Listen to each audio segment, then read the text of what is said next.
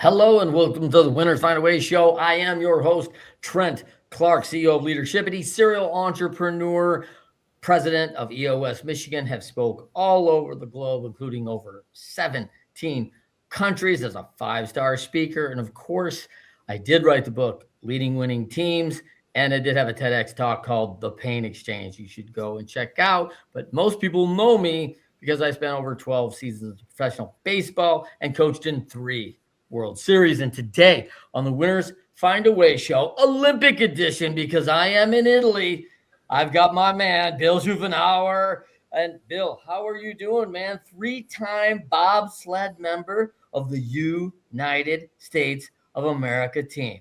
Trent, I am doing absolutely phenomenal. Thanks for having me. But I do have to say I am a little bit jealous sitting here in Salt Lake City when you're in one of my favorite countries for sport in Italy, and especially Cortina d'Ampezzo.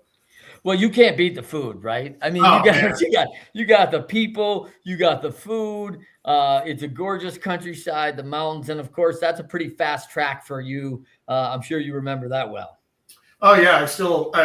Funny enough, a little bit of claim to fame for Cortina is I'm part of the only teams in Cortina history on the old track that won on that track.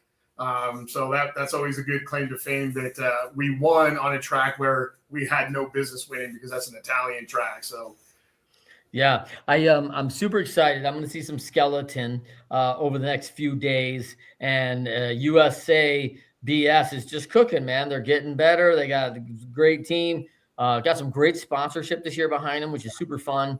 And I know Austin holds the record at that track for the fastest start ever in skeleton. And I mean, listen, I'm sure the Italians are going to want to take that from him. But man, you know how the splits work in that world, man. If you can get off, it's like we were talking about the other day. It's like a bad start. Like if you're a swimmer in a 50-yard freestyle, like you get a bad start, there's no time to catch up. Like you can't make up the time. Yeah, it's extremely difficult unless you are. Again, like this show, if you're a 1% driver, maybe, but everything gets set up at the start of that race. And if you mess it up at the top, it's really, really difficult to find as we call find speed down the track. Yeah. And, I watched that a little bit the other day. I watched a couple of the young athletes going in, and I was watching some of the jumping, ski jump, and they were doing, freestyle. So it's rails and all. And they'd get disqualified. They'd fall off rails, and all of a sudden, your score has no bearing. And it's the first 5 seconds of the run, and they're just washing, right? Like, don't get hurt on one of the big jumps, because if you have a second run, and if it's your second run, you're just hosed. You got, there's nothing you can do. And literally you're eliminated from competition in the first 5 seconds. Yeah. And it is what it is, right? That's the Olympic and Paralympic Games is we're bringing the very, very best of their unique individual and team sports together for 17 days of competition. And, I always tell people, they're like, oh man, you're an Olympic silver medalist. Like you must have blown everyone away. And I said, that day was a good day for us. Right. But anybody on that mountain could have won a medal. Just, we happened to show up the very best that day. So, and not make it, man. So you're a Salt Lake City kid. You're back in Salt Lake, which I love. Married now a couple years, blend of 5 children, which is incredible. Got a little Brady Bunch going on there, which I love. Like, yeah. And then, man, now you've gone to give back too. 3 Olympic committees. Yeah, I've been fortunate to be elected to 3 different boards of the Olympic Committee. I serve on a handful of boards here locally for some nonprofits and in the tech space. But I'm always trying to find a way to give back. And the way I look at it is I've had a really unique life on how I grew up and some of my amazing experiences. And I would be doing like not only myself a disservice, but I'd be doing other people a disservice by not sharing those experiences and knowledge across the board. And this as well, Trent. Like the more we're of service to others, then we just help everyone rise. And it's so amazing to have that opportunity when you see that light go on in somebody's head, and they're like, "Oh, I get it! Finally, after however many years." I had a coaching client that I was working with a couple of years ago, and he said, before me, it was 55 years that he had been holding on to this idea and this dream that he wanted to do something, and we were able to get him over that hump. And when you see that light, like I mentioned, his excitement just come to fruition, just wowzers. And that's, for me, that's the fun part, is when you get to help a fellow human being out and help them rise to the top. That's such a great feeling. Yeah. I really identify with that, labeled as a dream maker, as a young athlete, as a coach who had 2 World Series, appearances with a team in Cleveland before I was 27 years old. Right. And I was like, man, this is crazy. And, it wasn't that long before that, I was the kid running around my backyard when I was 11 years old going, bottom of the 9th, game 7 of the World Series, you're like hitting wiffle balls over the fence. Right. And so I just love that. I love that you get that chance to be a part of it and become that dream maker. I think it's so much fun. And man, when you see that somebody gets to live out their dream, man, everyone always goes, "Oh, what are you doing?" "I'm living the dream." Like, no, man, these people are actually living it out. Like, they have sacrificed, they have spent the time, they have done it, and it's a lot of stuff in the rearview mirror to get there.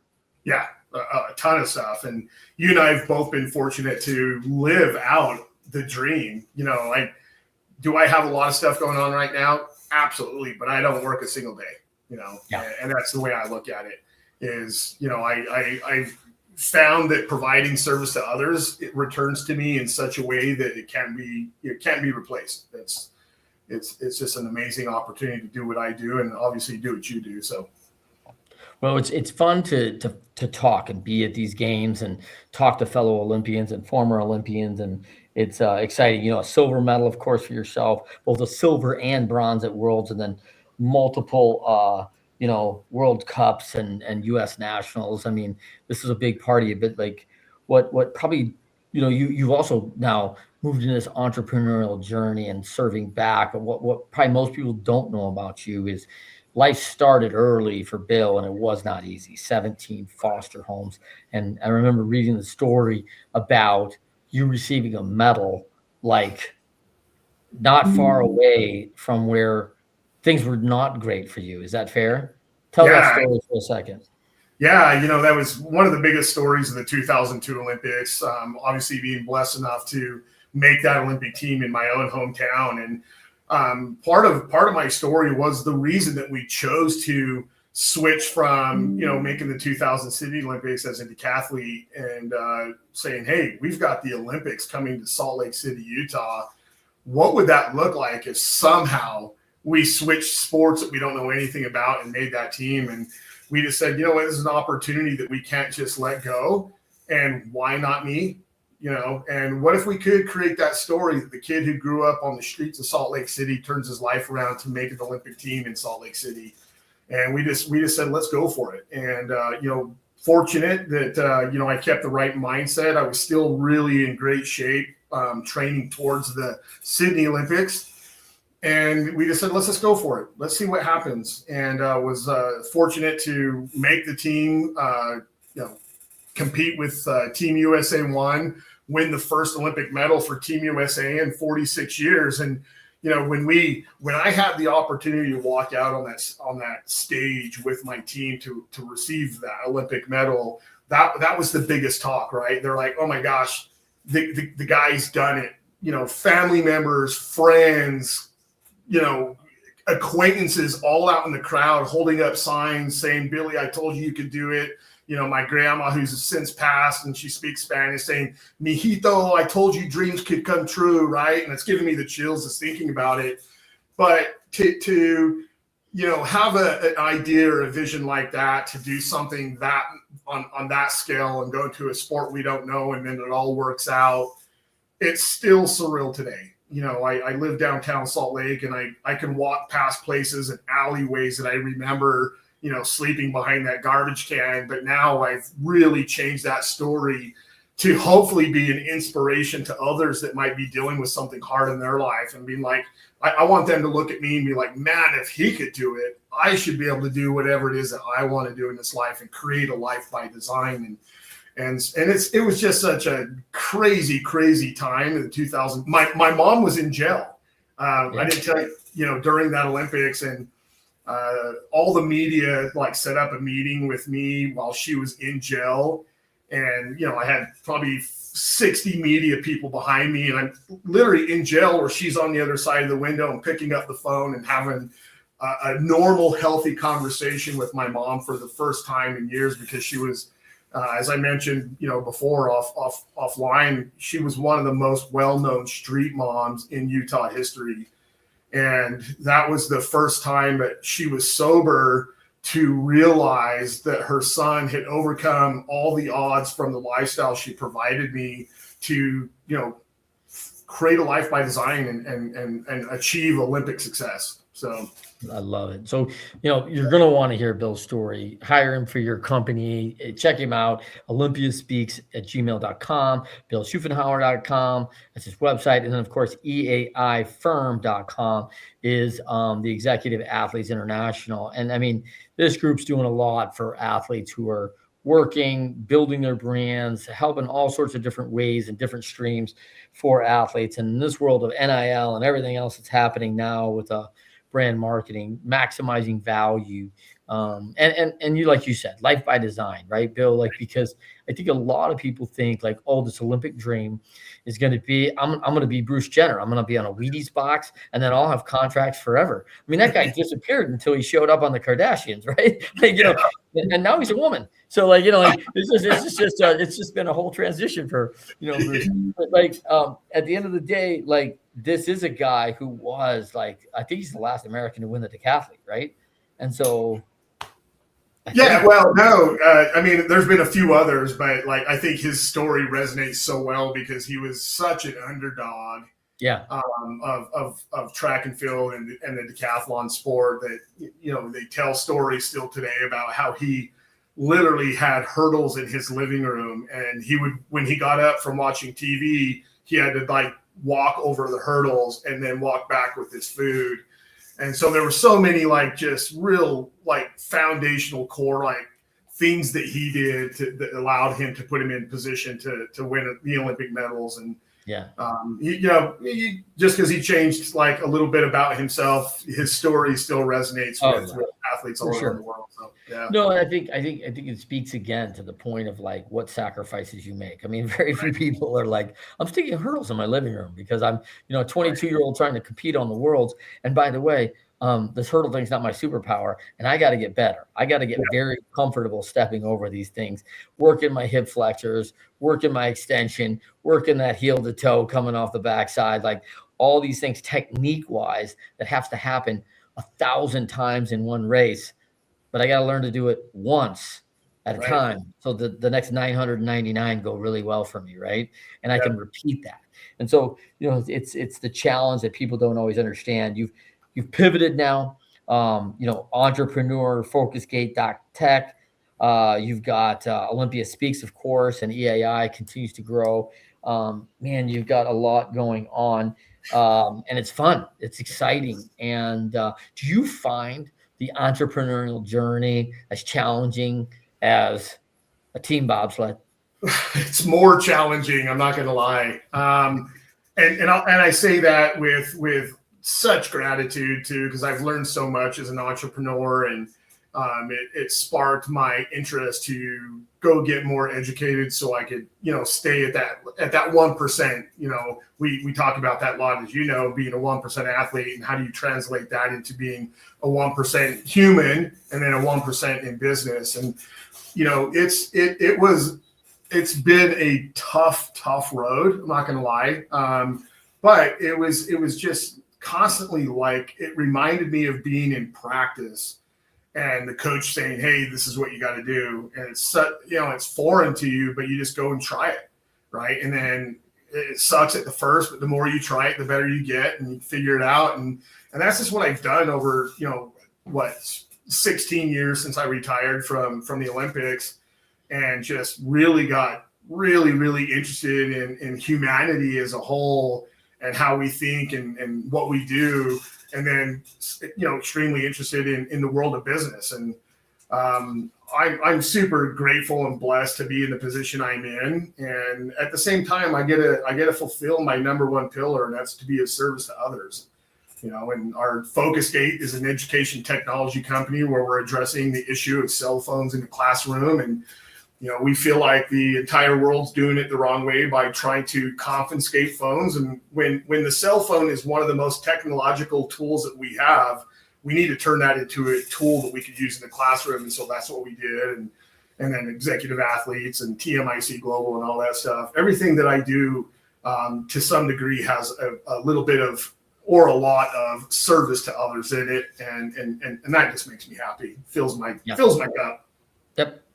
I love it, man. And I think one of the things that athletes really get about this is that we got served, right? Like we got served by all these coaches and equipment people and therapists and trainers, and people come alongside to help you get better. And if you can't understand that gratitude, like as you go and look back on that and go, like, oh, you know what, Bill, I did it all myself. Like, yeah, not exactly, bro. Right. And I think that you just get that feeling like, man, being a part of a team and someone helped me along the way. And the only thing I can do is pay it forward and start helping people. Because to your point from the beginning is very few people had experiences that you and I have kind of had. Right. And man, I truly believe that's part of like God's calling for me is like, hey, I wouldn't have given you these experiences if I didn't want you to show the other people what you had, what you can learn from that. Like, I see a lot of kids now, Bill, and I feel like they're super gifted. And I think that comes from a higher being, whatever that is for people like that. You're born with it, right? There's some things that fall out of bed throwing 105 miles an hour. Like that's a pretty nice gift, right? And then they're like, you know what? I'm super great at the piano, but I'm just not gonna play for anybody. I'm like, man, you got this gift and you don't want to share it with people. Like I'm trying to understand that because I think that's exactly what it's meant for. It's meant to be shared. And people always ask me, like when you got the rings on, like, oh yeah, earned, never given. But part of it is like for the people, all the people to help me get there, and all of you. Like I want people, and I don't know how many people come up, probably very similar to an Olympic medal, and go, I've never held an Olympic medal before. It blows me away that it still happens today, 16 years later for me. Yes. And for me, and I'm maybe similar to you, but sharing that stuff with people that never have had the opportunity to experience holding, world championship ring, an Olympic ring, an Olympic medal, an NFL ring, the smiles that you see on people's faces and the kids, that's just, it's amazing. And it's amazing to be able to share that with people, and it doesn't get old. It's still surreal to me today. It does not get old. I tell people all the time, capture it. Get a picture with your son. Take some pictures. Like whatever. Like, you want to have this as part of your family lore, lineage. And, I think a lot of kids get motivated by it. There's a bunch of kids that are watching this thing.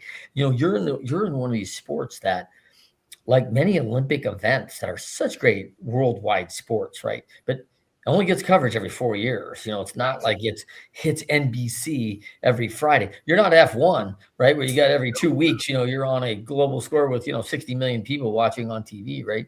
So it's like, man, but every 4 years, there are 60 million people watching and they want to see it. And by the way, there's a bunch of people who can't wait. And the funny thing is I don't know how many sports I've watched in the Olympics and gone, man, I would watch that more often if it was on.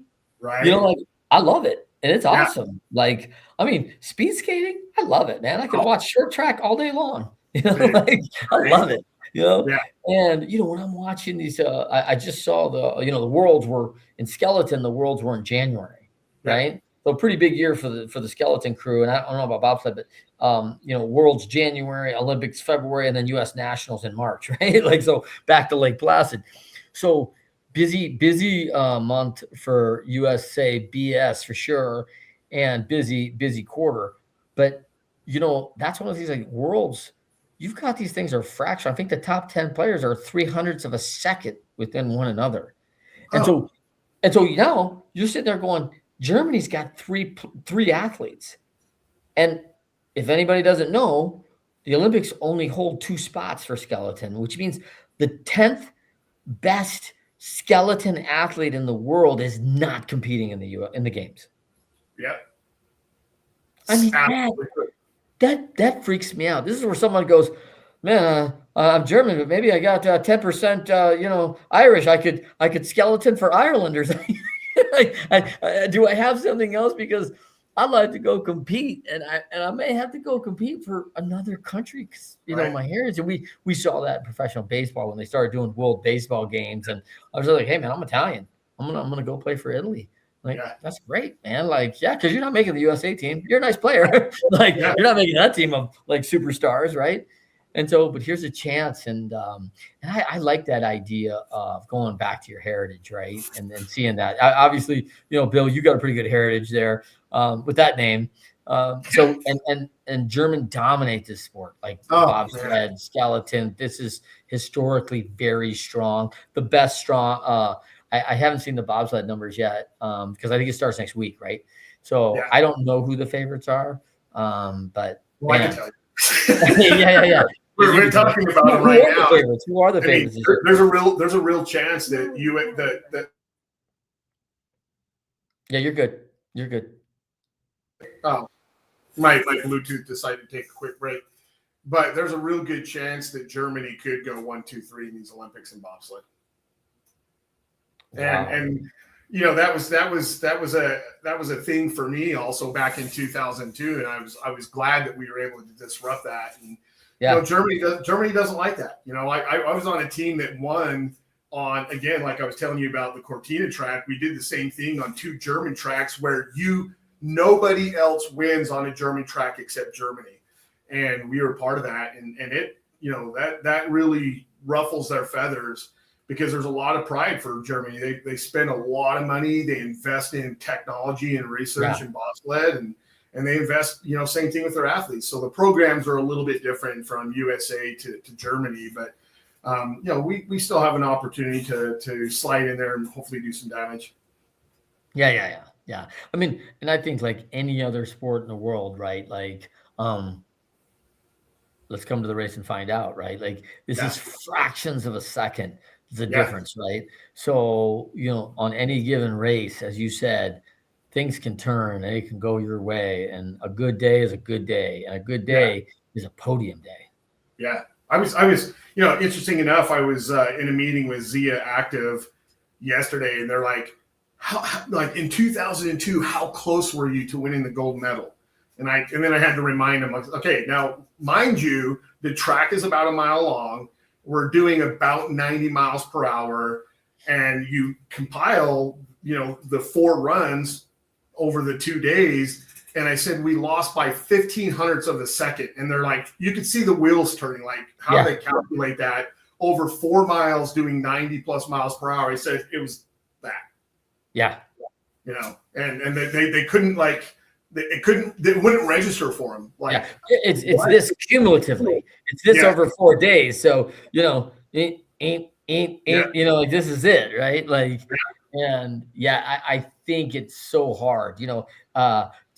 Perspective wise, we love the Kentucky Derby coming up May 1st, and there's always that the photo finish, right? Well, you could do a photo of the bobsled finish, the first 8. And they'd all be within the the frame of the line, and then you'd be like, yeah, but these 3 got medals. These other 4, sorry about you. Yeah, I mean, I think in 2002, because it was Germany, USA 1, USA 2s that took bronze, and the 4th place sled I think was like 600ths of a second behind USA 3. Yeah, I mean, it's like. You can't even it's such a small fraction that a lot of people don't realize. They just like, oh, you won silver. Like you must have destroyed the field. Well, realistically, over 4 days, I destroyed the competition, but this much. Yeah, take that. And by the way, I don't know if you know or not, but the sled's like 12 feet long. Whatever, 16 feet, like whatever. There's 4. You specialize 4 or 2? I did both. Yeah. Okay. So in 2002, I did just 4-man. 2006 in Torino, I did 2-man and 4-man, and in Vancouver, I did just 4-man. Nice. So awesome. Yeah, I love it. And we're seeing this transition of many athletes, and you've had a number in bobsled that come in and they were great at something else, and then they transition, much like your story, right? You were a Yeah. track and field guy, decathlete, blah blah blah, and then you're like, hey man, I'm going to specialize in this thing because you got a couple real skills that coaches love, right? Yeah. And of course, in bobsled, we've seen Herschel Walker, Johnny Quinn, a bunch of guys who have come before and real powerful athletes, and Boone's like that now, right? Our Texas A&M boy. Yeah. So like, gig 'em, by the way, Aggies. There you go, just for you, Aggies, gig 'em. So it's a whole thing, man, and it's probably in our country at least. We don't have 8-year-olds running around going, what I'm going to do when I grow up? I'm going to be a bobsled Right. champion. And they transition from other days. But like, see, and this is part of that every 4-year thing. If this is something that everyone was on TV watching the Worlds every year and getting excited about that, that may change with kids. Is that fair?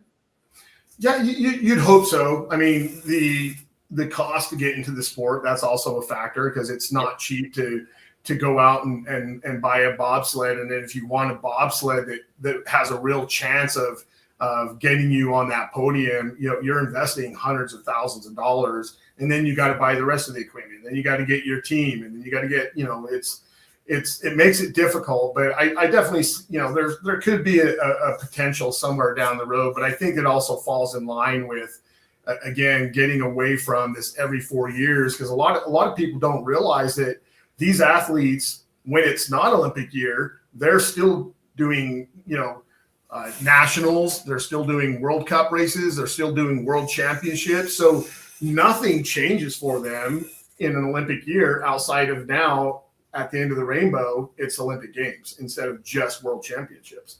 So yeah, and that's a great point. And I mean, a lot of, I'm talking to Andy, spending $25,000 to $35,000 is not irregular in the cost just to be in the sport. So please, I've got a donation link down below. You're going to want to hit that. You're going to want to find out. We want to support USABS. We're doing a big story on that. Excited about Andy Whittier's story, Life Head First. That's going to be a super great book. Sports Faith is supporting that, Sports Faith Media. And so please give. Like, we'd love to have you. I'm doing personally some consulting up in Northern Michigan. You could do a 1-day get unstuck with me. And I'm also giving away a 2-day annual with your corporation that I will come and work with your corporation. You just have to give a certain amount to get entered into that contest. So we'd love to have that. You can check that out below. And then if you are looking to get a hold of Bill Schuffenhauer, please do that. olympiaspeaks@gmail.com. BillSchuffenhauer.com is his website. And, of course, eaifirm.com. You will see a lot of athletes that are working there at that site, involved there, amazing. And their firm does an absolute service for the world's best and the 1%ers. So super excited about that. Bill, thank you so much for joining. I know you've been busy, and I'm sure everybody wants to talk to you at Olympic time. So it means a lot that you come on Winners Find a Way. We talk a little Olympics, and I know you're missing Italy. I wish you were here with us, man. I'd love to be hanging out this week. Yeah, me too. And let's give our mutual friend Tom Katowski a shout out. So I'm so grateful for that guy too for connecting us and all the roles he plays in my life as well. So thank you to you, Trent, because I know it's late where you're at in lovely Italy. And I appreciate the time that you're taking to spend time with me today. Perfect, Bill. All the best, man. Thank you so much for everybody else. Winners Find a Way.